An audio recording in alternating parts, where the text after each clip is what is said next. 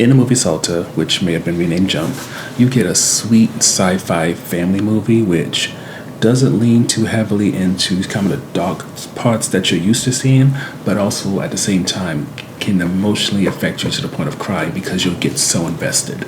So to summarize the movie, in 1989, Tio and Oscar long for their mother who has disappeared, and now they're being raised by their abuela. It is said by the older one, Oscar, that their mother disappeared in a wormhole, and at first it's presented as something that is just something he tells Tio to make him feel better, especially since you see Oscar often go through their mother's things because she was a scientist.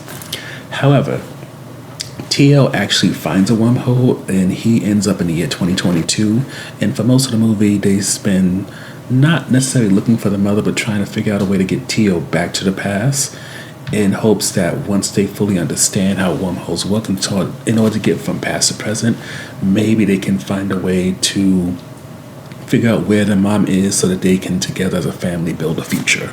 So getting to the review portion, right off the bat, Mario Santos, who plays Tio, is what makes Santa makes Salta work.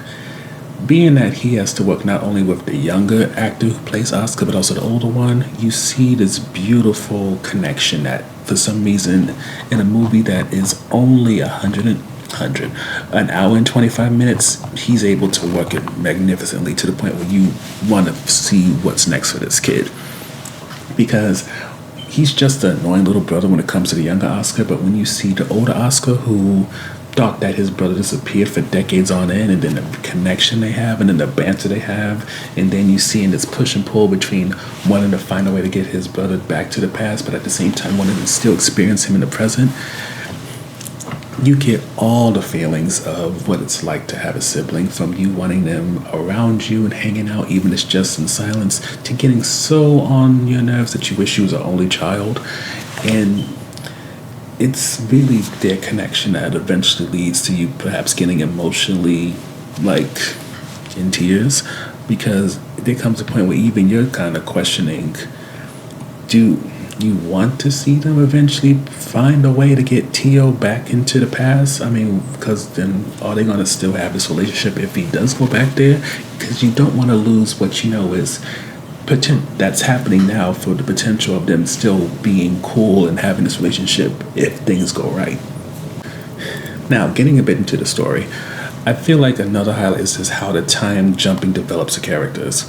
Tio might be, I think he's like he's around 10, he's not a teenager yet, but seeing how time jumping kind of affects him is not a major thing, but you do see how it affects Oscar. You do see how time jumping to when their abuela was younger, how she became the person that she is.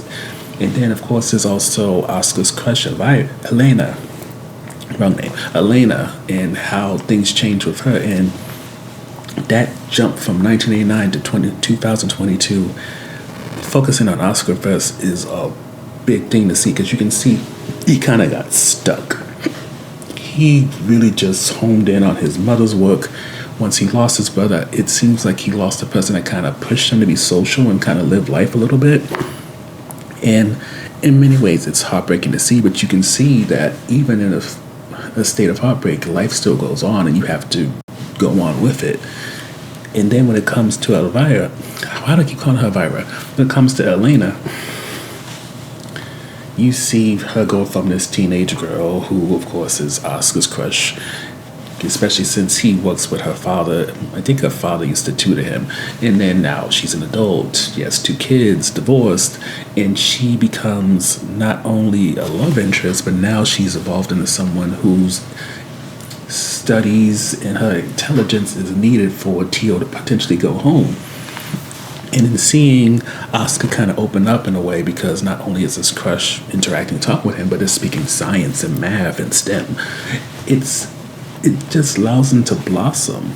And then when it comes to seeing the grandmother, a lot of times characters like her, they are just somebody who's there, has a little comedic moment every now and again, stern because they're the authority figure of the household, but you don't really take much note of them. But in going to the past and seeing when she was some type of gorilla or something like that, you get a full sense of this woman lived a whole ass life. And it really makes you take note of who she was before she became this sweet grandmother who was cooking and taking care of her grandchildren because something happened to her daughter or daughter-in-law. And just getting that full picture really makes you appreciate how time jumping is used throughout this movie.